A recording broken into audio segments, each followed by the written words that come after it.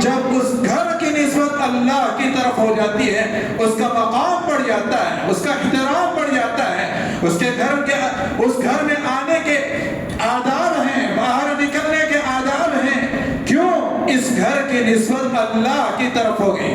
تو وہ اللہ کے نبی صلی اللہ علیہ وسلم نے شعبان کے مہینے کی فضیلت اپنی طرف کی ہے اور فرمایا شعبان شہری و رمضان شہر اللہ، شعبان میرا مہینہ ہے اور رمضان اللہ کا مہینہ ہے۔ شعبان کے معنی ہے پھیلانا، گویا بندہ اس مہینے میں اپنے ہاتھوں کو پھیلاتا ہے، اللہ اپنی رحمت کو پھیلاتے ہیں۔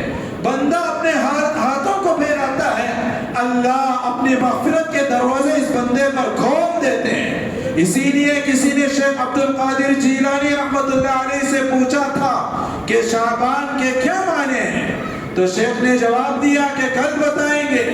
مریدین پریشان کہ شیخ اتنے بڑے لیکن شعبان کے مہینے کا معنی کا پتہ نہیں ہے۔ تو ایک مرید نے کہا کہ شیخ کی عادت ہے جب تک اللہ کے نبی صلی اللہ علیہ وسلم سے کسی بارے میں مشورہ نہیں کر لیتے، کسی سامنے والے کے سوال کا جواب نہیں دیتے۔ صبح ہوئی تو شیخ نے پوچھا کہ کون شخص ہے، کون سائل ہے جس نے پوچھا تھا کہ شعبان کے کیا معنی ہیں؟ پوچھنے والا کھڑا ہوا، سائل کھڑا ہوا، اس نے کہا کہ میں نے آپ سے سوال کیا تھا کہ شعبان کے کیا معنی ہیں؟ تو شیخ عبد القادر جیلانی رحمت اللہ علیہ نے جواب دیا کہ شعبان کے میں 5 حروف ہیں، شین، عین، با، الف، نون۔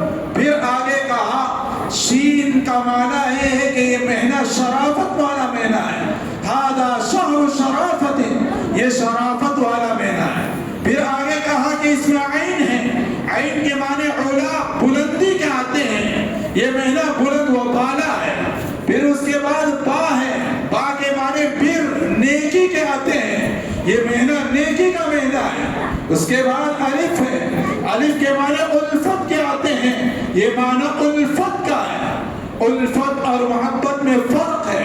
محبت کہتے ہیں کہ جو ہمیں ہدیہ دے ہم اس کو ہدیہ دیں گے، جو ہم کو سلام کرے وہ ہم اس کو سلام کریں گے، جو ہمارا گھر آتا ہے ہم اس کے گھر جائیں گے، اسے محبت کہتے ہیں۔ لیکن الفت کہتے ہیں جو ہم کو سلام نہیں کرتا ہم اس کو سلام کریں گے، جو ہم کو ہدیہ نہیں دیتا ہم اس کو ہدیہ دیں گے، جو ہمارے گھر نہیں آتا ہم اس کے گھر جائیں گے، اسے الفت کہا جاتا ہے۔ گویا یہ مہینہ الفت کا مہینہ ہے۔ جو آدمی ان 4 صفات کو اپنے اندر پیدا کرتا ہے، گویا اس یہ مہینہ شرافت کا مہینہ ہے، بلندی کا مہینہ ہے، نیکی کا مہینہ ہے، الفت کا مہینہ ہے۔ پھر اللہ تعالیٰ آخر میں نور ہے، اللہ تعالیٰ اپنے خاص نور سے اس بندے کو منور کرتے ہیں۔ تو گویا یہ مہینہ بھی بڑا بلند و بالا مہینہ ہے۔ حضرت عائشہ رضی اللہ عنہا فرماتی ہیں اللہ کے نبی صلی اللہ علیہ وسلم رمضان کے مہینے کے بعد اکثر مہینے شعبان کے مہینے میں اللہ کے نبی صلی اللہ علیہ وسلم روزہ رکھا کرتے تھے۔ معاذ بن جبل یا عمر رضی اللہ عنہ فرماتے ہیں اللہ کے نبی صلی اللہ علیہ وسلم سے پوچھا اللہ کے نبی آپ اس مہینے میں کثرت سے روزہ کیوں رکھا کرتے ہیں؟ اللہ کے نبی صلی اللہ علیہ وسلم نے جواب دیا کہ شعبان کے مہینے میں بندے کے اعمال اللہ کے یہاں پیش کیے جاتے ہیں۔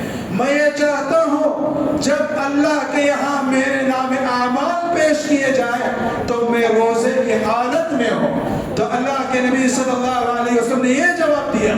ہمارے لیے غور کرنے کی بات ہے، فکر کرنے کی بات ہے۔ اللہ کے نبی معصوم ہیں، اللہ کے نبی بخشے بخشائے ہیں۔ اللہ کے نبی کے کیا عمل جاتے ہوں گے؟ روزہ جاتا ہوگا، نماز جاتی ہوگی، تلاوت جاتی ہوگی، ذکر و اذکار جاتے ہوں گے، صدقہ خیرات جاتے ہوں گے۔ یہ اللہ کے نبی کے اعمال ہیں، اللہ کے یہاں پیش کیے جا رہے ہیں۔ اللہ کے نبی کہہ رہے ہیں میرے اعمال اس حالت میں جائے، میں روزے کی حالت میں ہوں، اللہ کے یہاں میرے اعمال پیش کیے جا رہے ہو۔ ہم سوچنا چاہیے ہماری زندگی میں کیا اعمال ہیں، ہماری زندگی میں کیا نمازیں ہیں، ہم اللہ کے قرآن کی تلاوت کتنا کر رہے ہیں، صدقہ خیرات کتنا کر رہے ہیں، ہمارے ویسے اعمال نہیں ہیں جیسے اعمال اللہ کے نبی کے ہیں۔ جب اللہ کے نبی کی یہ فکر ہے تو ہم کو اس سے زیادہ کہیں فکر کرنا چاہیے کہ ہمارے اعمال اللہ کے یہاں پیش کیے جا رہے ہو تو ہم بھی روزے کے ساتھ ہو، ہمارے ایسے اعمال ہو کہ اللہ کو یہ اعمال دیکھ کر اللہ فرشتوں سے کہہ دے کہ میں بندے کے اعمال سے خوش ہو گیا ہوں، جاؤ اس بندے کو خوشخبری سنا دو، اس کے لیے جنت واجب ہو چکی ہے۔ ایسے اعمال کرنے کے ہمیں فکر کرنا چاہیے۔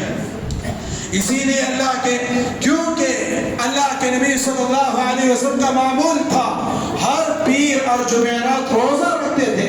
پیر جمعرات کے بارے میں پوچھا گیا تو اللہ کے نبی نے یہی جواب دیا تھا کہ پیر اور جمعرات کو اللہ کے یہاں اعمال پیش کیے جاتے ہیں اور روزانہ اعمال پیش کیے جاتے ہیں، اور سال میں ایک مرتبہ شعبان کے مہینے میں بندے کے اعمال اللہ کے یہاں پیش کیے جاتے ہیں۔ دوسرے راوی ہیں وہ فرماتے ہیں اللہ کے نبی صلی اللہ علیہ وسلم سے پوچھا گیا آپ شعبان کے مہینے میں کثرت سے روزہ کیوں رکھتے ہیں؟ تو اللہ کے نبی صلی اللہ علیہ وسلم نے جواب دیا کہ یہ شعبان کے مہینے میں یہ رات ہے جس رات میں اللہ تعالی ملک الموت کے حوالے ان لوگوں کے نام پیش کیے جاتے ہیں جس کو آئندہ شب برات تک اللہ کے یہاں منتقل ہونا ہے، جس کا انتقال ہونا ہے، ان کے نام اللہ تعالی ملک الموت کے حوالے کرتے ہیں۔ میں چاہتا ہوں جب میرا نام ملک الموت کے حوالے کیا جائے تو میں روزے کے ساتھ ہوں، اللہ کہیں گے یہ میرے بندے کا نام آیا ہے، بھوکا ہے، پیاسا ہے، اللہ ملک الموت سے کہیں گے اے ملک الموت اس آدمی کے جان نکالنے میں نرمی کا معاملہ کرنا، سکرات الموت میں، غمرات الموت میں اس بندے کے ساتھ ذرا نرمی کا معاملہ کرنا، کیونکہ اس کے نام اعمال اس حالت میں میرے سامنے پیش ہوئے ہیں کہ بھوکا ہے، پیاسا ہے، یہ روزہ میرے لیے رکھا ہے، اس بنیاد پر میں تم سے کہتا ہوں اس کی روح نکالنے میں ذرا نرمی کا معاملہ کرنا۔ تو اللہ کے نبی صلی اللہ علیہ وسلم نے ارشاد فرمایا کہ شعبان کے مہینے میں ان دو وجوہات کی بنیاد پر روزہ رکھتا ہوں، یہ اللہ کے یہاں نام اعمال پیش کیے جاتے ہیں، دوسرا اللہ اس رات میں ملک الموت کے حوالے جو اس سال سے آئندہ سال تک دنیا سے جانا ہے ان کے نام حوالے کیے جاتے ہیں، اس بنیاد پہ میں روزہ رکھتا ہوں۔ میرے دوستو یہ بات اس بنیاد پر عرض کی جا رہی ہے، یہ مہینہ بھی بڑا بابرکت مہینہ ہے، شعبان کا مہینہ یہ بڑا بابرکت مہینہ ہے، اور ہم جس رات میں ہیں وہ رات شب برات کہلاتی ہے، یہ رات بھی بڑا عظمتوں والی رات ہے، بڑے رحمتوں والی رات ہے، بڑے مغفرتوں والی رات ہے، اس رات کو بھی وصول کرنا ہے۔ بہت سے لوگ اس رات کے بارے میں کہتے ہیں کہ اس رات کی کوئی فضیلت نہیں ہے، جتنے روایات آئے ہیں یہ سارے روایات من گھڑت روایات ہیں، یہ بات صحیح نہیں ہے، یہ کہنا کہ اس رات کی کوئی فضیلت نہیں ہے یہ بات کہنا صحیح نہیں ہے۔ اور اسی طرح بہت سے لوگ کہتے ہیں اس رات میں اتنی عبادتیں کرتے ہیں گویا اس رات کی فضیلت کو فرض کے درجے تک پہنچا دیتے ہیں، واجب کے درجے تک پہنچا دیتے ہیں، گویا عبادات سے بڑھ کر یہ اس عبادات سے بڑھ کر خرافات میں مبتلا ہو جاتے ہیں، بدعات میں مبتلا ہو جاتے ہیں، یہ بات بھی صحیح نہیں ہے۔ علماء نے لکھا ہے اس رات کی فضیلت کے بارے میں 17 صحابہ کرام سے احادیث مروی ہیں جو اس رات کی فضیلت کو ثابت کرتے ہیں۔